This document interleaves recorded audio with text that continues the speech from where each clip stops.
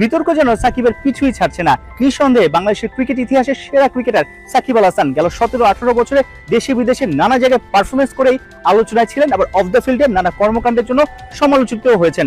2 মাস আগে যে ছাত্র জনতার আন্দোলন হয়েছে সেখানে সাকিব মুখে কুলু পেটেছিলেন, কারণ তিনি বিদায়ী সরকারের এমপি ছিলেন। 2-3 দিন আগে শেয়ার বাজার কেলেঙ্কারির ইস্যুটা উঠে এসেছে, যেখানে তাকে 50 লক্ষ টাকা জরিমানা করা হয়েছে। কানপুর টেস্টের আগের দিন সবকিছু খোলাসা করেছেন, নিজের অবস্থানটা পরিষ্কার করেছেন সাকিব আল হাসান। টাফ, খুবই টাফ। আমি কিভাবে রাখছি এটা আল্লাহই জানে, আমিও জানি না আসলে। যেটা বললেন যে ধরেন একটা কেস, হ্যাঁ এখন হয়েছে, সবারই রাইটস আছে, বাট আপনারা সবাই জানেন যে এটা কেমন ধরনের কেস ছিল, কিংবা আমি ওই সময় কোথায় ছিলাম, আমার কাজ কী ছিল, কিংবা আমি কী করছিলাম। তো এই বিষয়টা নিয়ে খুব বেশি একটা বলতে চাই না। আর একটা জিনিস যেটা সদ্য হয়েছে, আমার লাইফে আমি কোনোদিন আসলে নিজে থেকে কোনো ট্রেড করে নিই।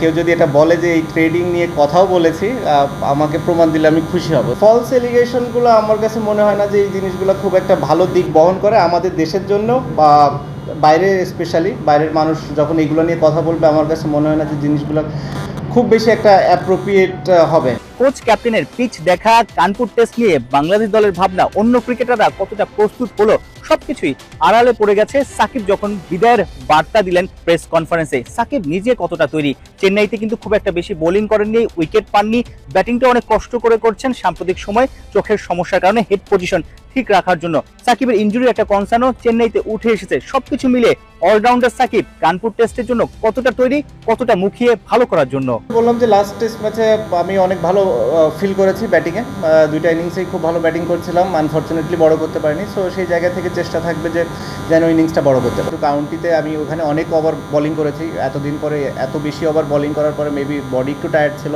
মেবি ফিঙ্গার একটু টায়ার্ড ছিল, স্ট্রেংথ একটু কমে গেছিলো। সো অনেক কিছুই হতে পারে, মেবি রিদমটা যেভাবে দরকার ছিল ওভাবে ছিল না। এই রিজনগুলোই নর্মালি আমি ফিল করি যে ছিল। মেবি আমার হয়তো অত ভালো মানে কি, মানে ভালো বোলিং না করার পেছনে। 2007-এ সাকিবের টেস্ট অভিষেক হয় চট্টগ্রামে ভারতের বিপক্ষেই। এই ভারতের বিপক্ষে বাংলাদেশ আজ অব্দি কোনো টেস্ট ম্যাচ জিততে পারেনি। এটাই হতে যাচ্ছে সাকিবের ভারতের বিপক্ষে শেষ টেস্ট ম্যাচ। নিশ্চয়ই শেষটা রাঙাতে চাইবেন সাকিব আল হাসান। চেন্নাই টেস্টে বাংলাদেশ বড় ব্যবধানে হেরেছে, এখানে প্রতিরোধ গড়ে বাংলাদেশ একটা পজিটিভ ফল তুলে আনবে।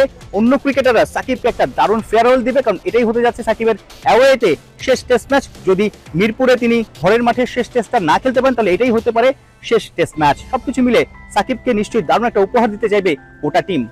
সাইফুল রূপক, 71, কানপুর, ভারত।